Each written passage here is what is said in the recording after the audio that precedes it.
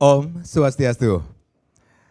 Pemirsa, beberapa hari lagi, tepatnya Buddha Kliwon Dungulan 25 September 2024, umat Hindu akan merayakan Hari Suci Galungan. Hari yang dimaknai sebagai kemenangan Dharma melawan Adharma. Nah, ada yang berbeda tahun ini, tepatnya pada saat kita akan merayakan Hari Suci Galungan. Karena pada saat kita merayakan Hari Suci Galungan, kita berada di tengah-tengah pesta demokrasi, Pilkada 2024. Nah, bagaimana kita menyambut Hari Suci Galungan di tengah pesta demokrasi? Kita akan bahas bersama beberapa narasumber yang sudah hadir. Sudah hadir Bapak Nyoman Kena, beliau adalah Ketua PHDI Provinsi Bali. Om Swastiastu, Pak Nyoman. Kemudian ada juga Dr. Sukawati Lanang Putra Perbawo SHMH, beliau adalah Dekan dari Fakultas Hukum Universitas Mahasaraswati, sekaligus seorang seniman Bali yang mumpuni. Om Swastiastu, Pak Lanang. Sehat selalu nge. Baik, dan yang paling ujung beliau masih tetap eksis dengan karya-karyanya di Harian Bali Post. Ada Dr. DRS Gusti Ketut Widana MSI, seorang penulis sekaligus dosen Fakultas Pendidikan Unhi Denpasar. Om Swastiastu Haji Gusti. Om Swastiastu. Sehat selalu nge. Bapak-bapak, sehat, beberapa hari lagi seperti yang saya sampaikan, kita akan merayakan atau menyambut Hari Suci Galungan. Tetapi ada yang berbeda di sini. Karena kita berada di tengah-tengah perhelatan Pesta Demokrasi Pilkada 2024 dan Bali juga melaksanakan pilkada untuk memilih gubernur, kemudian bupati, wali kota beserta wakil-wakilnya. Dan saya ke Pak Nyoman Kena selaku PHDI. Kalau kita flashback dulu, bagaimana kita harus memaknai Hari Suci Galungan ini sendiri, Pak Nyoman? Silakan. Swastiastu. Terima kasih. Pertama, yang apresiasi yang luar biasa kepada teman-teman media, khususnya Bali TV yang selalu menyuarakan kedamaian dan untuk kesejahteraan kita semua. Itu dari dulu kan Bali TV luar biasa, apresiasi yang luar biasa. Nah, selanjutnya hari ini dalam waktu yang tidak begitu lama, mungkin besok 2 hari lagi kita akan menyelenggarakan pesta, kan gitu. Pesta ada 2 pesta yang boleh dikatakan kontradiksi, yaitu pesta skala dan pesta niskala. Niskala yaitu pesta rohani, kita harus bisa menahan diri, introspeksi diri, perayaan Hari Suci Galungan. Terus pesta yang berikutnya adalah pesta demokrasi yang penuh dengan hura-hura. Tapi kalau ada pertanyaan, mana yang harus kita dahulukan, kan gitu. Tapi bagaimana kita mensinkronkan antara kewajiban kita untuk melaksanakan Dharmaning agama dan Dharmaning negara. Kan gitu, Dharmaning negara itu diatur juga oleh pustaka suci. Kan itu pemaknaan sekarang di Hari Suci Galungan itu ini mungkin yang pertama kali dan mungkin seterusnya nggak bakalan pernah terjadi. Kan itu yang luar biasa nih harinya, karena ini mungkin pertama kali di saat pilkada serentak itu barengan dengan Hari Suci umat Hindu, yaitu Galungan. Di mana momen-momen penentu, momen-momen yang sangat penting itu ya berbenturan dengan Hari Suci agama Hindu sendiri. Satu contoh, di pelaksanaan pengumuman bakal calon, kan gitu. Bakal calon itu pas di saat penyekeban. Di saat kita harus bisa mengendalikan diri, mengekang diri untuk perayaan kemenangan kita. Beberapa hari ke depan, 3 hari ke depan di saat Galungan itu, di saat pengumuman ataupun penetapan calon itu kan mulai masuk itu yang namanya butuh galungan. Merangsuk ke dalam diri kita ingin galung, ingin berperang. Wah, gimana sih kita bisa mengendalikan diri agar sifat-sifat atau buta galungan itu ya bisa kita kontrol, kan itu sifat untuk berperang itu. Nah, besoknya itu sudah masuk, kita digoda oleh yang namanya buta dungulan. Nah, buta dungulan di saat penyajian dan besoknya lagi buta amangkurat. Kan gitu. Jadi sekarang ini penyatuan antara spiritual, karena pelaksanaan Galungan ini adalah kuncinya adalah perubahan perilaku perubahan perilaku, perubahan mindset itu sendiri, di mana kita menyatukan pikiran untuk berbuat yang positif. Menyatukan pikiran itu yang disebut dengan kan ada dalam pepatah menyebutkan dalam Sundarigama udah jelas disebutkan bahwa budak lion dungulan ngaran galungan. Patitis ikang jenana semadi galang apa Maria karena galang apadang biar pada ngidap kan gitu. Berarti kita harus bisa memusatkan pikiran untuk bisa berpikir, berkata dan berbuat yang baik. Bagaimana kemenangan yang kita dapatkan di saat mulai penentuan penetapan calon itu, di saat penyekeban itu sampai dengan penampahan masuknya Buddha Amangkurat itu kita rayakan besoknya di saat galungan. Galungan sekarang kan berarti sudah itu pelaksanaan kampanye, awal kampanye. Nah di saat itu mudah-mudahan ini benar informasi yang dapatkan bahwa KPU sudah meniadakan saat galungan untuk kampanye kan diundurlah mungkin di saat galungan dan kuningan gitu ya syukur-syukur. Tapi kalaupun itu harus tetap dilaksanakan ya kita dari lembaga pasti akan memohon kepada pihak KPU karena nggak boleh dihindari bahwa mereka umat Hindu khususnya harus concern pelaksanaan kemenangan yang mereka lakukan kemarin itu di saat penyekaban sampai penambahan Buddha Amangkurat itu bisa dirayakan besoknya di saat galungan. Berarti paginya itu mereka harus concern dalam hal pelaksanaan kemenangan Dharma itu sendiri, yaitu spiritual berubah menjadi moralitas itu sendiri kan dalam hal pelaksanaan jadinya itu sendiri kan gitu. Ya itulah kuncinya sekarang bahwa di saat galungan itu kita melaksanakan kemenangan Dharma Moindro yang sangat penting sekali di saat kemenangan kemarin-kemarinnya di saat mulai penyekeban sampai di saat penampahan itu sendiri. Ya, baik. Saya ke Pak Lanang dulu. Pak Lanang, ada yang menarik dari apa yang disampaikan oleh Bapak Nyawan Kenak Niki sendiri. Ada seharusnya kita juga harus bisa mengetahui apa yang harus kita lakukan Dharmaning agama dan Dharmaning negara. Karena kita sekali lagi pada saat momen yang sangat langka sekali kita temui pada saat kita akan merayakan hari kemenangan Dharma melawan Adharma. Di saat itu pula kita berada di tengah-tengah yang namanya pesta demokrasi ini sini. Perubahan perilaku. Ini Bapak melihat perubahan perilaku yang terjadi pada masyarakat kita, khususnya masyarakat Hindu dalam saat merayakan hari suci Galungan ini sendiri, Bapak? Enggak, kalau masalah perilaku agama dan sebagainya, bapak-bapak inilah yang jawab nanti. Kalau Tiang kan pada posisi mengomentari tentang bagaimana pelaksanaan kampanye ya pada saat Galungan. Pertama-tama selamat atau Nyangre Galungan bagi masyarakat Bali dan semuanya. Terima kasih juga Bali TV terus mengundang saya terutama terus memberikan waktu dan Bali TV terus menyuarakan kepentingan Bali yang sangat urgent. Sebetulnya kalau persoalan kampanye di hari raya di Bali sudah pernah terjadi 2014 apa kapan itu yang kampanye legislatifnya 1 tahun juga pernah terjadi pada saat Galungan, Kuningan itu. Dan biasanya secara teknis KPU sudah konsolidasi, mengkoordinasikan kepada para pihak terutama peserta pemilu, apalagi calonnya rata-rata 2 ya kalau di provinsi dan kabupaten. Dan pasti akan dipilih waktu-waktu yang tidak ada hari rayanya biasanya atau diundur dan lain sebagainya karena saya yakin semua calon ini kan concern terhadap Bali dan concern terhadap adat budaya Bali. Maka dari itu pasti mereka setuju bahwa di hari raya itu tidak akan ada kampanye dan mereka pasti sembahyang sekaligus tadi apa yang disampaikan oleh Pak Wayan bahwa itu akan juga mulat sariri sangat bagus sebetulnya. Kan juga waktu kampanye panjang 2-3 bulan sehingga masih ada waktu-waktu yang lain di luar hari raya. Tetapi secara hukum harus dikoordinasikan karena ini jadwalnya kan nasional. Jadwalnya nasional maka perlu kesepakatan antara KPU, Bawaslu dan peserta pemilu untuk dalam tanda kutip mengatur waktu-waktu kampanye itu. Karena saya lihat dari beberapa calon, hampir seluruh calon itu concern dengan budaya Bali kok. Walaupun tidak secara gamblang tapi pasti semua sudah menyampaikan bahwa concern terhadap budaya Bali.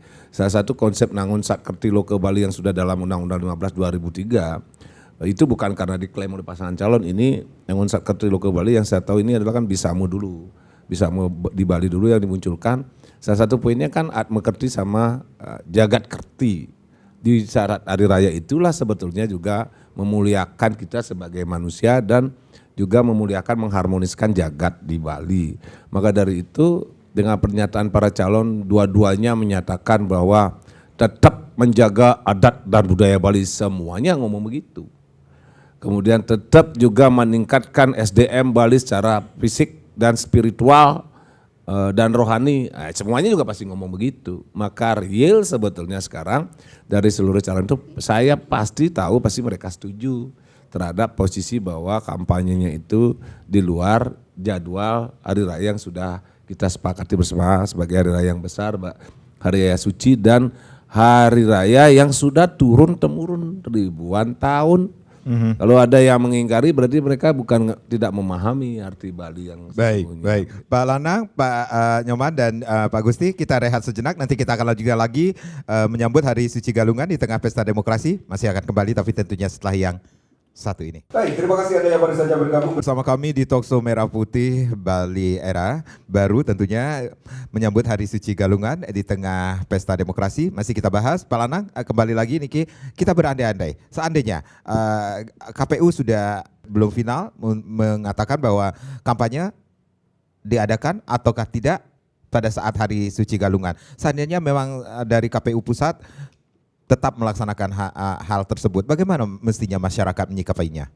Ya saya pikir, saya kebalikannya berpikir mereka pasti setuju karena kampanye itu kan macam-macam bentuknya. Salah satu kampanye itu kan sembahyang bersama juga kampanye, artinya dia sembahyang bersama, memohon kepada Idris Sang Widi, itu penting juga dilakukan. Gak mungkin lah semua.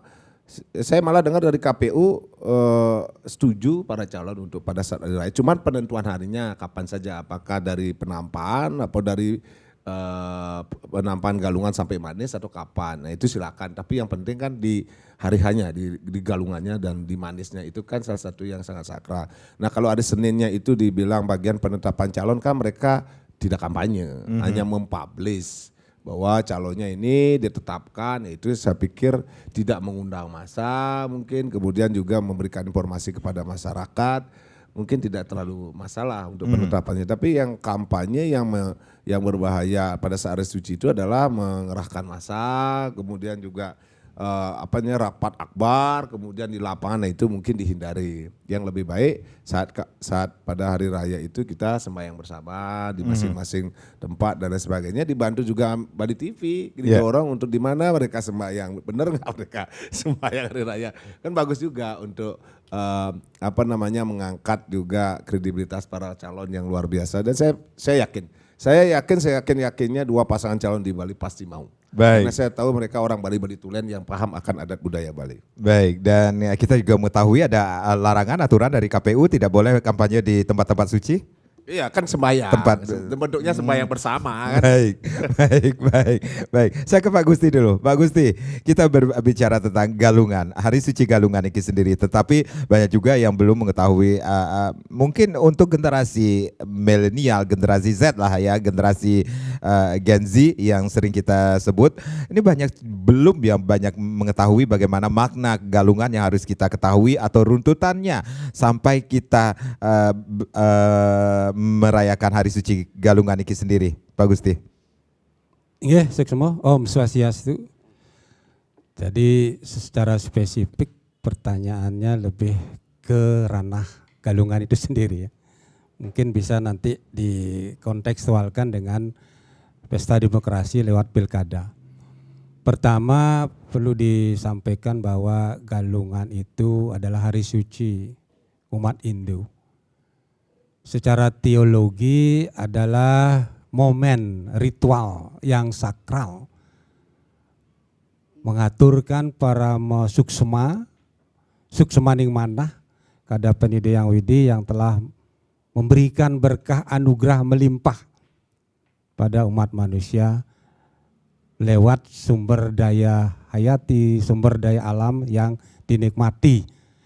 Itulah sebabnya Hari Suci Galungan disebut juga otonan gumi, pewedalan jagat. Bagi generasi milenial Gen Z, namanya otonan yang sering diidentikan dengan ulang tahun apa kado kita untuk alam ini. Itu sebenarnya penekanannya.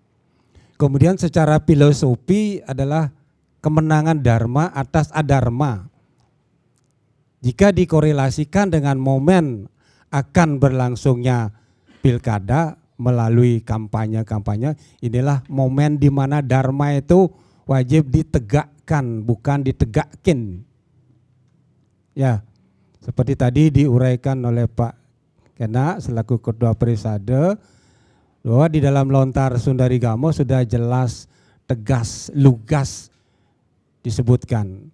Kalau saya artikan saja, itu adalah momen menyatukan, mengarahkan, mengkonsentrasikan pikiran rohani menuju padanya. Supaya kita mendapat pandangan yang terang, galang, apadang. Untuk apa? Melenyapkan segala kekotoran, kekacauan pikiran. Apalagi besok ini udah masuk kita ke rangkaian Aedan Galungan. Besok itu Sugihan Pengenten. Kita dientenin, diingatkan, disadarkan bahwa Galungan tinggal seminggu lagi. Sehingga lewat Sugihan Jawa dan Bali itu maknanya adalah pembersihan diri luar dalam. Lahir batin, wahya adiatmika. Karena apa? Hari Minggu nanti pada Ridite Paeng Dungulan itu sudah datang turun Sang Kala Tiga Wisesa. Hari Minggunya Buto Galungan, hari Seninnya Buto Dungulan, hari Selasanya Buto Amangkurat. Terkait dengan pesta demokrasi yang ingin dikendalikan adalah pertama saat Buto Galungan turun itu yang digoda pikirannya. Karena itu disarankan supaya anyekung jenano sudah nirmala. Pada saat hari Seninnya nanti turun Buto Dungulan, yang digoda itu adalah perkataannya.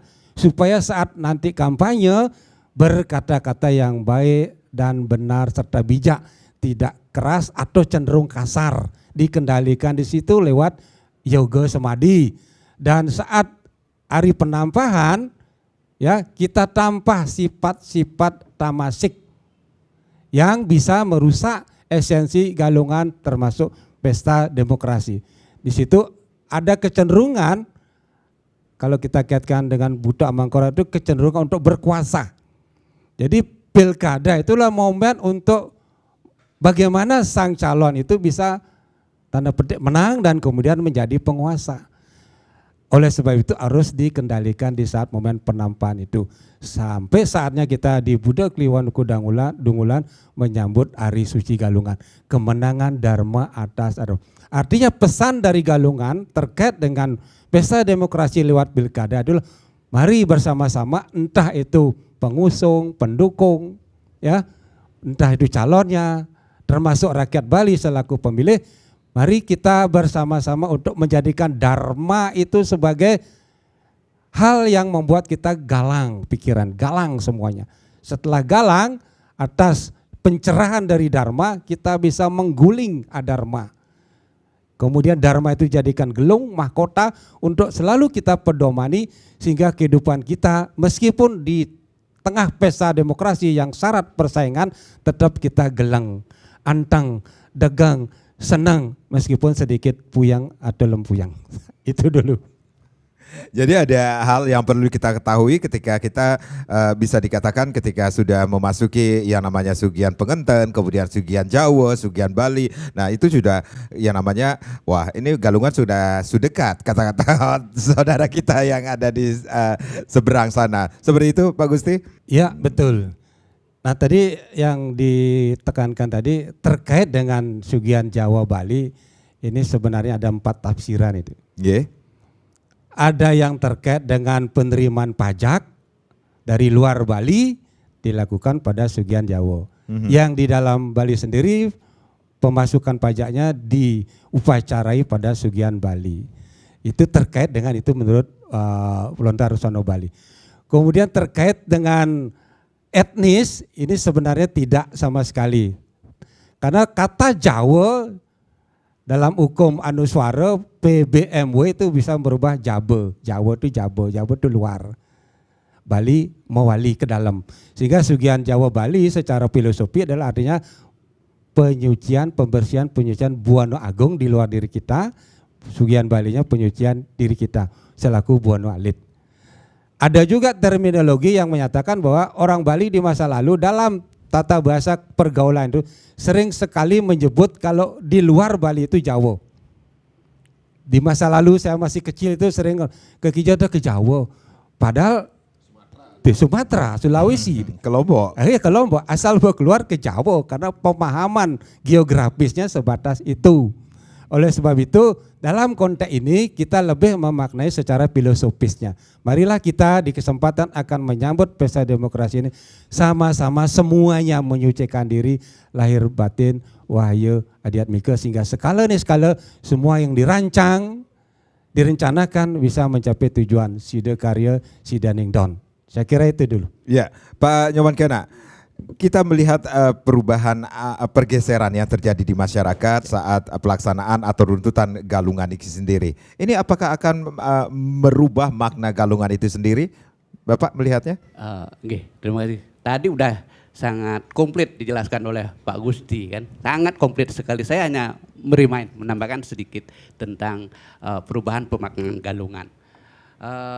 Yang memang sering kita lihat kan gitu di saat penampahan itu setelah memasuki rangkaian kita harus berperang melawan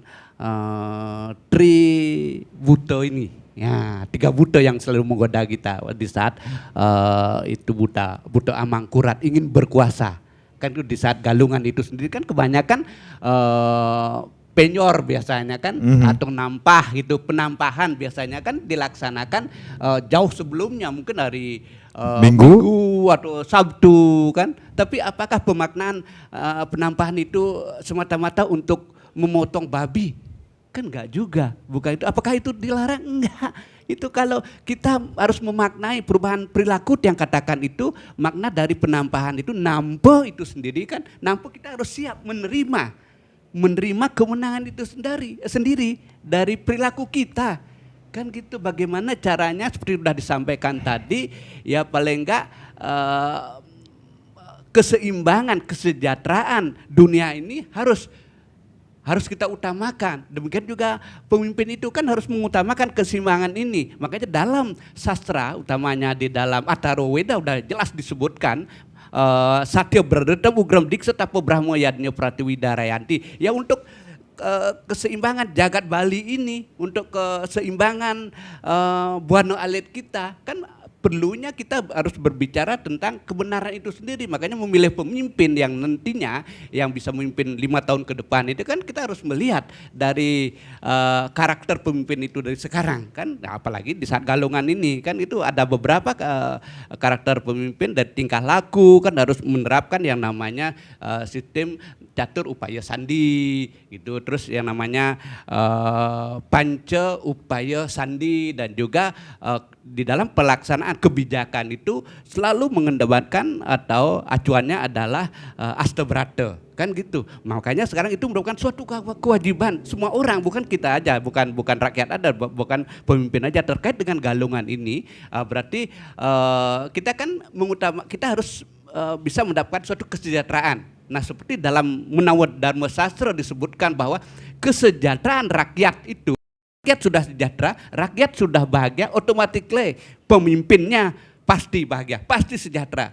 Tapi sebaliknya, kalau pemimpin bahagia, pemimpin sejahtera, rakyat belum tentu. Kan itu sekarang makanya perlu keseimbangan, berbicara tentang aturan itu sendiri. Dan jadinya nggak boleh kita lepaskan. Kuncinya adalah di tapo itu sendiri. Demikian. Ya, berarti nampah dilakukan jauh-jauh hari, kemudian memasang penjor pun dilakukan jauh-jauh hari sebelum hari suci ini sendiri. Itu tidak mengurangi makna dari galungan itu. Enggak juga kalau nampah kan enggak. Tapi seyogianya kalau masang penjor itu kan dilaksanakan di saat penampahan sore lagi kan gitu. Setelah kita ngelawar kan biasa kegiatan di Bali itu kalau nggak ngelawar kayaknya sih nggak seru, bukan galungan gitu kan. Yeah. Paginya kita ngelawar, setelah itu selesai ngelawar baru kita udah siap-siap untuk membuat satu penjor. Ya, menyampaikan rasa syukur kita, terima kasih kita ke semesta ini bahwa kebutuhan kita jasmani dan rohani kita sudah terpenuhi kan di saat sore itulah. Tapi kalau kemarinnya kita masang penyor atau 2 hari sebelumnya, berarti kan kita menghabiskan waktu, ya. Percuma, sia-sia waste time artinya. Bahwa kalaupun sebelum penampahan kita masang penyor, ngaturan pejati kapan? Kan gitu, berarti kan di saat itu juga kita ngaturan pejati kan, berarti kan kita bisa efisien waktu juga. Pemaknanya di saat itu setelah mebat, persiapan masang penyor, saat nancap penyor, di saat itu juga kita ngaturin pejati. Kan gitu, efisien jadinya. Dan memang gitu makna yang tergantung di dalam sastra itu sendiri, bukan jauh-jauh sebelumnya. Berarti kita buang-buang energi, buang-buang waktu jadinya. Kan. Tapi kalaupun ingin singkat, mereka ingin menyingkat waktu karena mungkin kesibukannya. Tapi Ya, karena situasi dan kondisi juga. tapi kelihatannya itu akan banyak waktu yang dihabiskan. Tapi karena pejati itu diaturkan di saat itu, di saat penampahan itu nggak mungkin mereka ngaturin pejati 3 hari atau 4 hari sebelum di saat masang penyor itu kan paling ditancap, dah itu baru kering, baru ngaturin pejati di saat penampahan. Kan mubazir jadinya. Baik. Nah, berarti saran saya, ayo kita secara konsepnya, kita harus nge-match konsep dan konteksnya itu di saat penampahan itu kita masang penyor langsung diaturkan. Baik, Ya. baik, baik. Kita akan rehat sejenak, nanti kita akan lanjutkan lagi.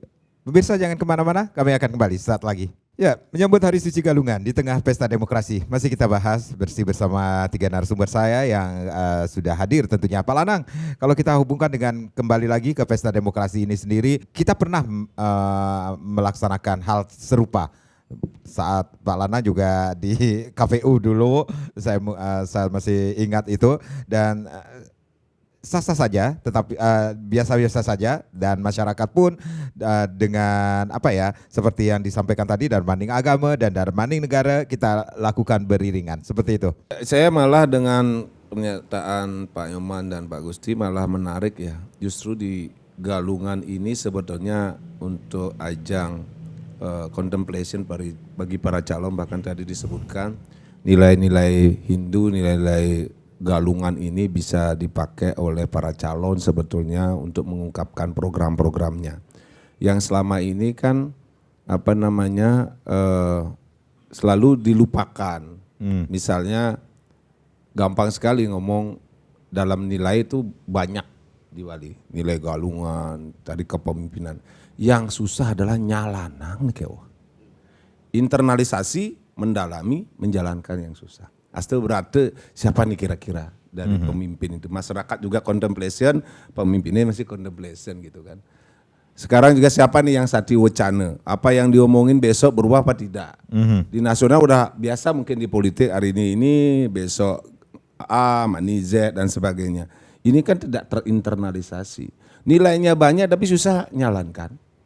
Karena kita sudah biasa dengan berubah-ubah tidak konsistensi. Nah itu penting dalam internalisasi. Nilai itu penting tapi internalisasi yang susah. Apalagi menjalankan. Ya kalau misalnya selalu dibilang bahwa nilai, setelah ada nilai kemudian masuk dalam pikiran, setelah pikiran menjadi tindakan, tindakan yang baik itu menjadi suatu kebiasaan, kebiasaan yang baik menjadi karakter, karakter yang baik menjadi nasib, kan gitu kan. Nah kalau ini tidak terjadi, seorang pemimpin ini ngomong Bali, pemimpin loh ya, pemimpin jagat Bali, maka penting masyarakat juga menilai siapa yang konsisten, siapa yang bagus dan sebagainya. Memang dalam pemilu tidak bisa mencari yang terbaik, tetapi kalau Prof. Magnus Kuseno bilang jangan juga yang terburuk yang terpilih.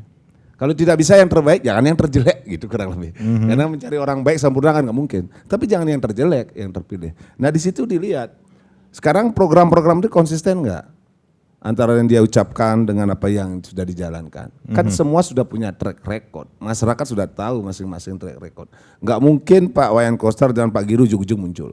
Nggak mungkin Pak Gede Gajah dan Pak Agus Suratjandi ujug-ujug muncul. Mereka sudah melalui proses-proses politik dan sudah menjadi pemimpin pernah semuanya. Bisa dilihat track recordnya. Siapa yang konsisten, siapa yang menjalankan tadi aste berate, atau siapa yang menjalankan kalau di Topeng dibilang mohon izin iki senior-senior kekawin Ramayana bilang roh ring wede. Seorang pemimpin ya roh ring wede, bakti ring dewa, tanpa lupeng pitra puja, sire terus wugo terkabeh.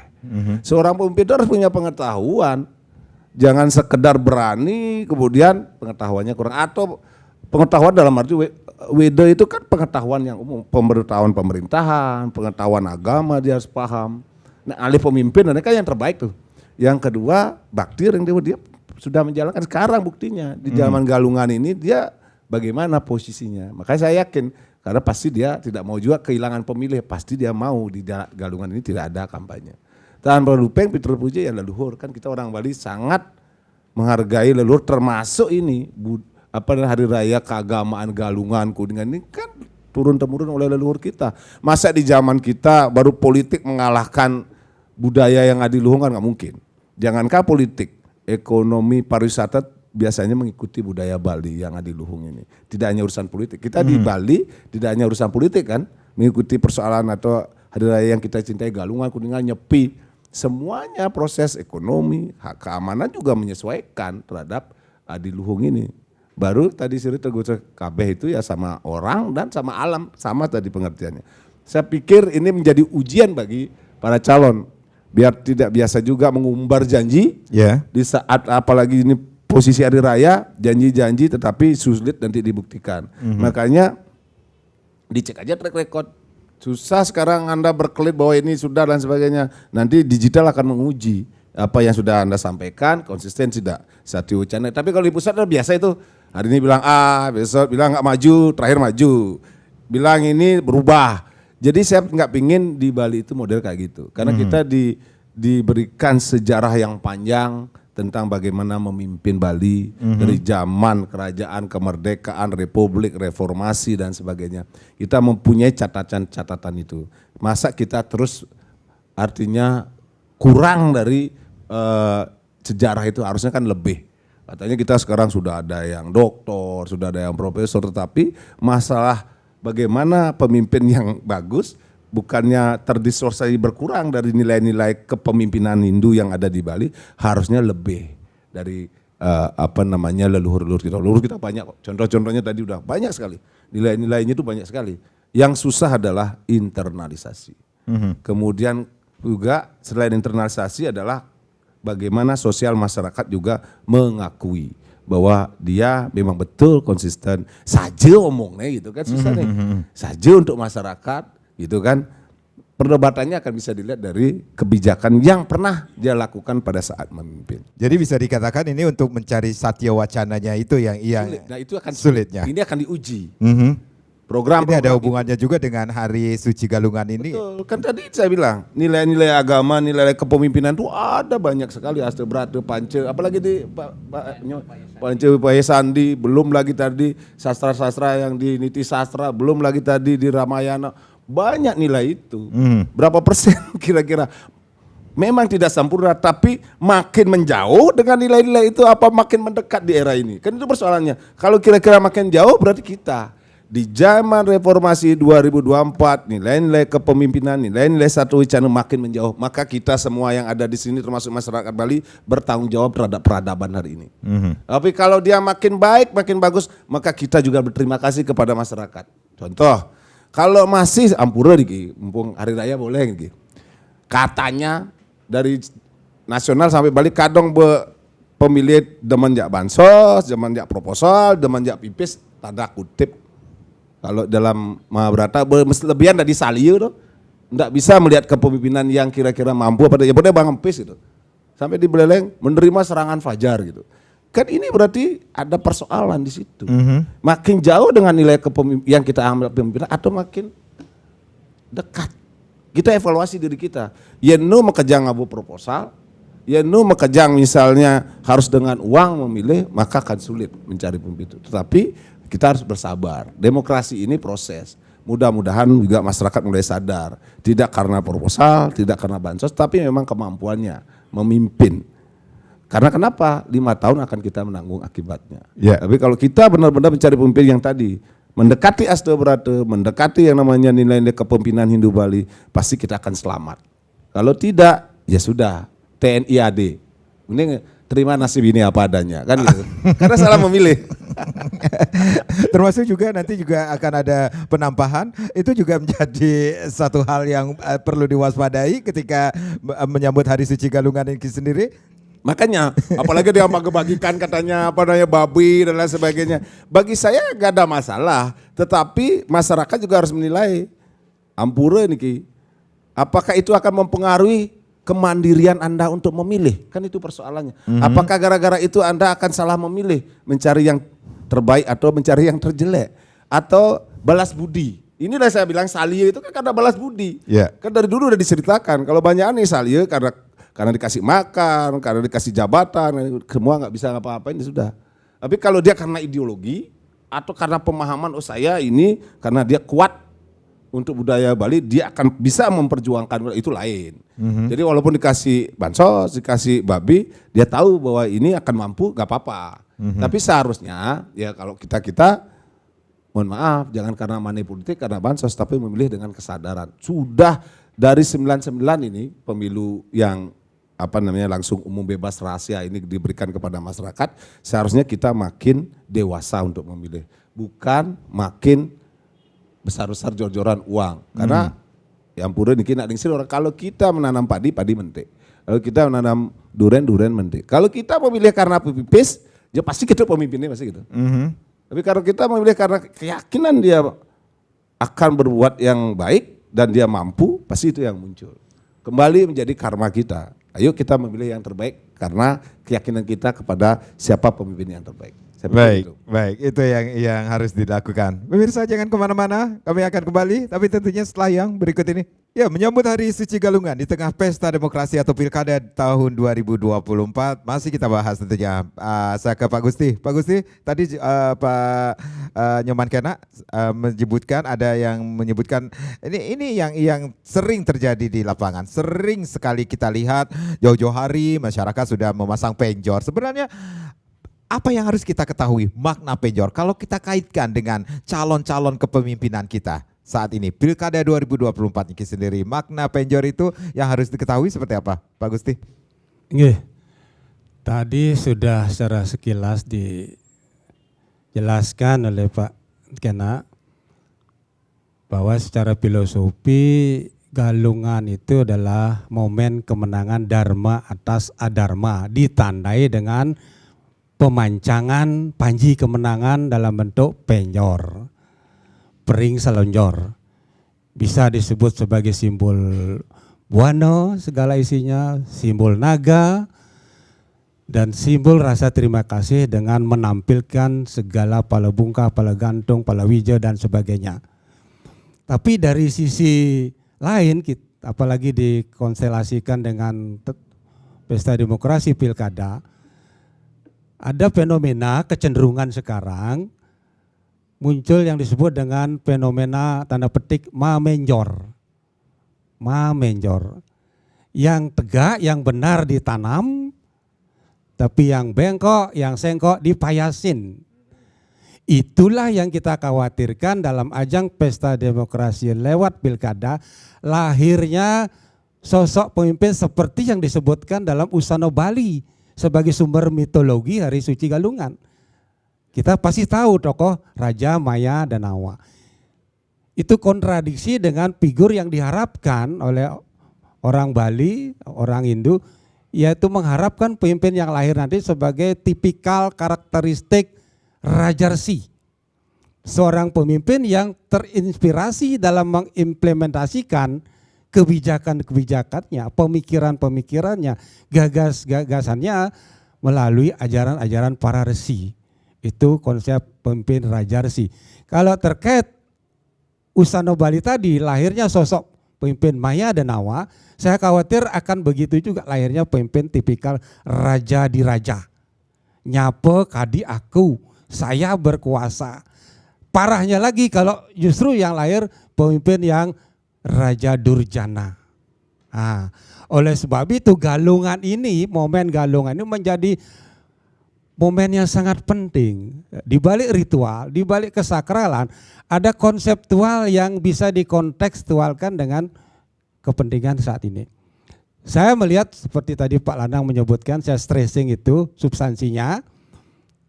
Dalam Ramayana sudah disebutkan, jadi Roh Siraweda itu syarat pemimpin harus intelektualitas. Harus paham tentang Bali, kebutuhan Bali, kepentingan keajagan Bali itu gimana. Jadi ada di tataran intelektualitas. Bakti Ring Dewa itu religiositas. Bali ini pulau sakral. Ya. disebut Pulau Seribu Pura, Pulau Dewata, Pulau Sorga. Akankah kita bisa mempertahankan ini? Karena itu di yang ketiga, Dharma Lupeng Pitera Puja itu entitas dan identitas kebalian warisan leluhur itu harus dijaga. Harus ada pemimpin yang lahir nanti yang ngajagang adat, budaya, agama Hindu.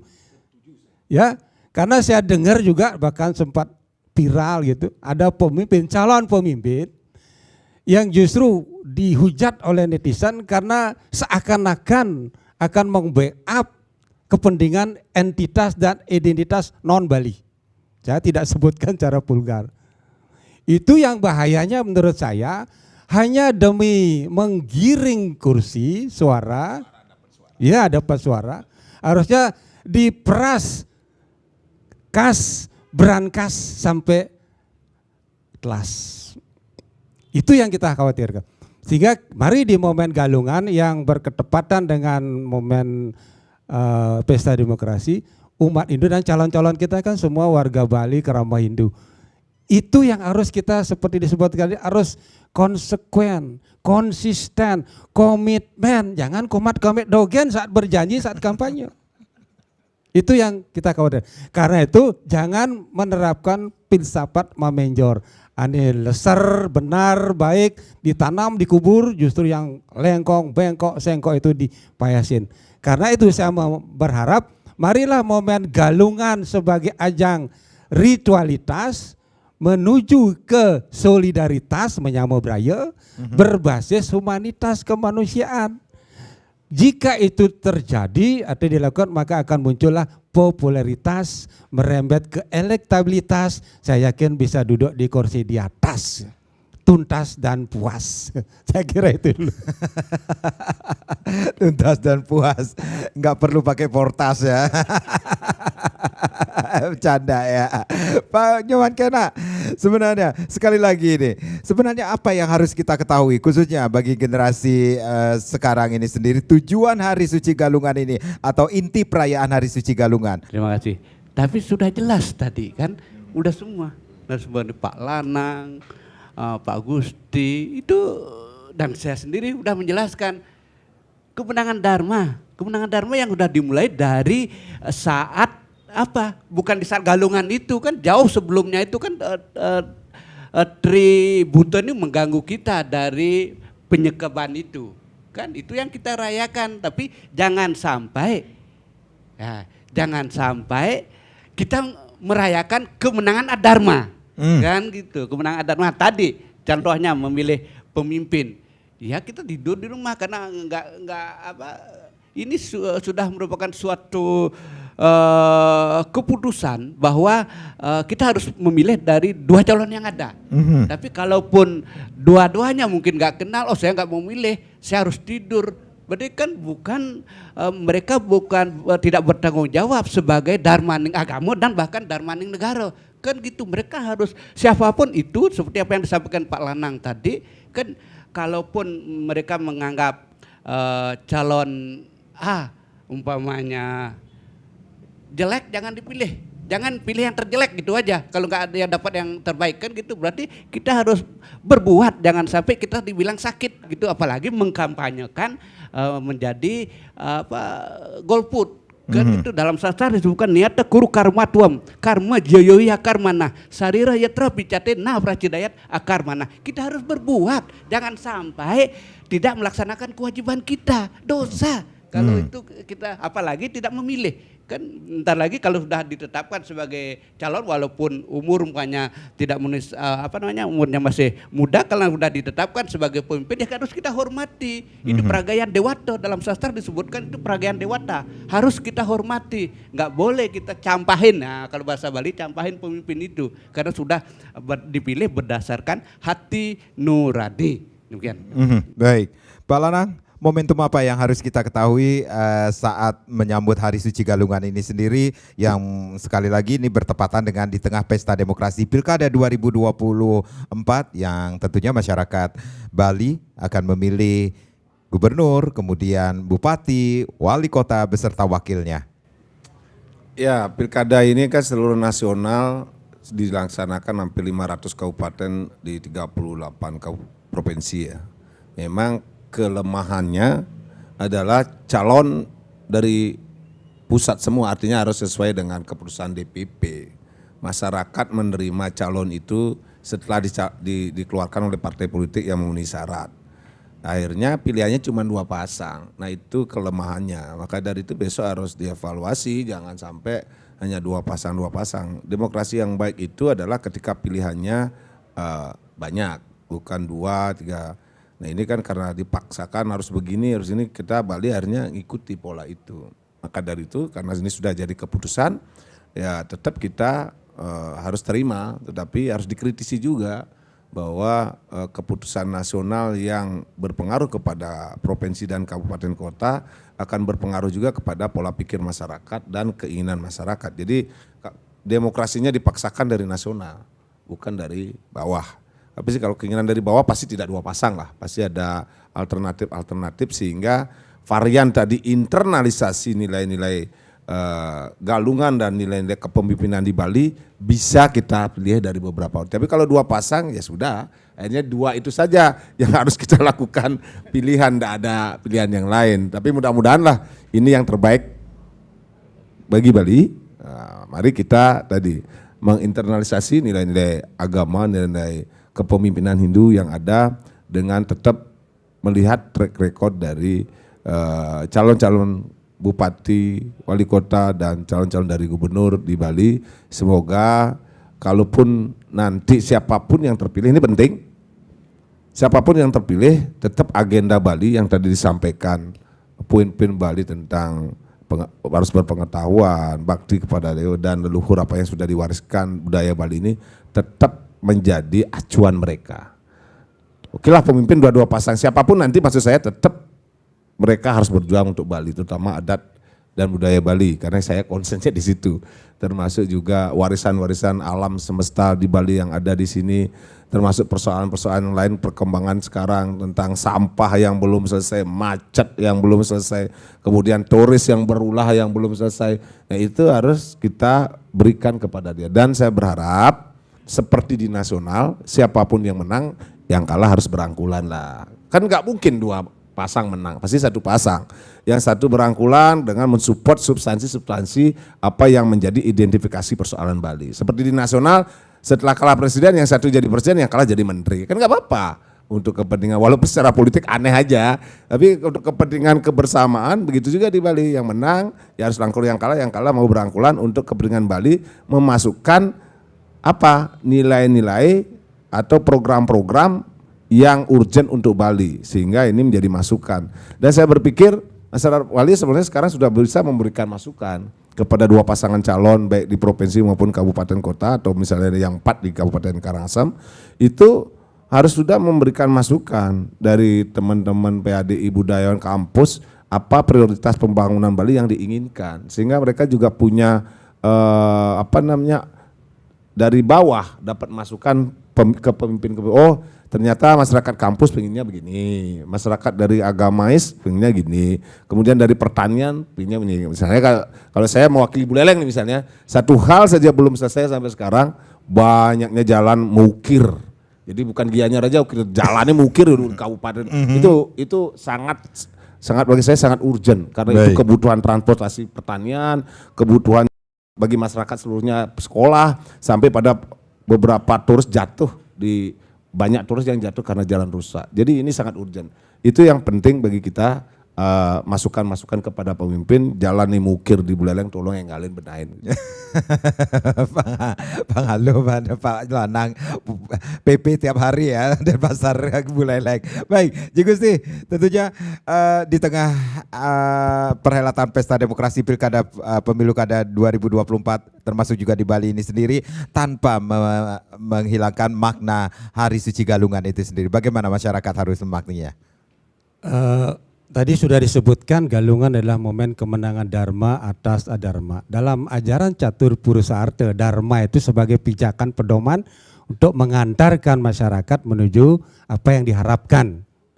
Karena itu momen pilkada ini tolong jangan nanti menjadi momen yang dirasakan oleh masyarakat sebagai pil pahit. Pilkada jangan menjadikan rakyat merasakan itu sebagai pil pahit. Artinya apa yang diharapkan lewat pemimpin yang terpilih, meskipun mungkin tidak yang terbaik, tetap keajegan Bali, kesejahteraan masyarakat Bali, keharmonian Bali, kesakralan Bali, ketaksuan Bali tetap dipegang teguh, dijaga. Hanya itu yang bisa menyelamatkan Bali dari saat ini hingga nanti. Saya kira itu. Baik, baik. Terima kasih Bapak-Bapak, Rahajang, Nyanggra, Rahina Suci Galungan, dan Kuningan tentunya. Saya Wadi Sekedar Karang. Terima kasih, kita berjumpa lagi di lain kesempatan. Om Santi Santi Santi Om.